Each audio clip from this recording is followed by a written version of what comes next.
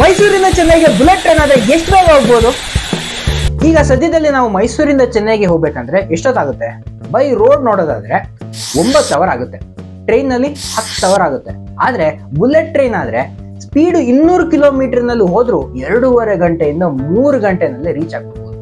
ಇದರ ಒಟ್ಟು distance 435 kilometre ಬರುತ್ತೆ. 9 ಸ್ಟೇಷನ್ ಮೇಲೆ ಹೋಗುತ್ತೆ. Mysuru, Mandya, Channapatna, Bengaluru, Bangarapet, Chittoor, Arakkonam, Poonamallee, Chennai. Maximum speed 350 kilometre per hour ಅಂತ ಹೇಳ್ತಾರೆ. ಆಪರೇಷನಲ್ ಸ್ಪೀಡ್ 320 ಕಿಲೋಮೀಟರ್ ಇರುತ್ತೆ. ಆದ್ರೆ ಆವರೇಜ್ ಆಗಿ 250 ಕಿಲೋಮೀಟರ್ ಪರ್ ಅವರ್ ಸ್ಪೀಡ್ ನಲ್ಲಿ ಹೋಗುತ್ತೆ. ಭಾರತದ 6 ಹೈ ಸ್ಪೀಡ್ ರೈಲ್ವೆ ಕಾರಿಡಾರ್ ನಲ್ಲಿ ಇದು ಒಂದು. ಡೀಟೇಲ್ಡ್ ಪ್ರಾಜೆಕ್ಟ್ ರಿಪೋರ್ಟ್ ಸ್ಟಾರ್ಟ್ ಆಗಿದೆ. ಇದರ ಒಟ್ಟು ಕಾಸ್ಟ್ ಫೈನಲೈಸ್ ಆಗೋದು ಬಾಕಿ ಇದೆ. ಹೈ ಸ್ಪೀಡ್ ರೈಲ್ ನ ಲೈನ್ ಅಗಲ 17.5 ಮೀಟರ್ ಇದೆ. ಅಪ್ರಾಕ್ಸಿಮೇಟ್ ಆಗಿ 57 ಅಡಿ ಬರುತ್ತೆ. ಇದಕ್ಕೆ ±5 ಮೀಟರ್ ಬಫರ್ ಕೊಟ್ಟಿದ್ದಾರೆ. ಅಂದ್ರೆ ಕೆಲ ಟೆರೈನ್ ಮತ್ತೆ ಇಂಜಿನಿಯರಿಂಗ್ ರಿಕ್ವೈರ್ಮೆಂಟ್ ಪ್ರಕಾರ 41 ಅಡಿ ತನಕ ಕಮ್ಮಿನೂ ಆಗ್ಬೋದು, 73 ಅಡಿ ತನಕ ಜಾಸ್ತಿನೂ ಆಗ್ಬೋದು. ಇದರ ಒಟ್ಟು ಕೆಪಾಸಿಟಿ 750 ಪ್ಯಾಸೆಂಜರ್ಸ್.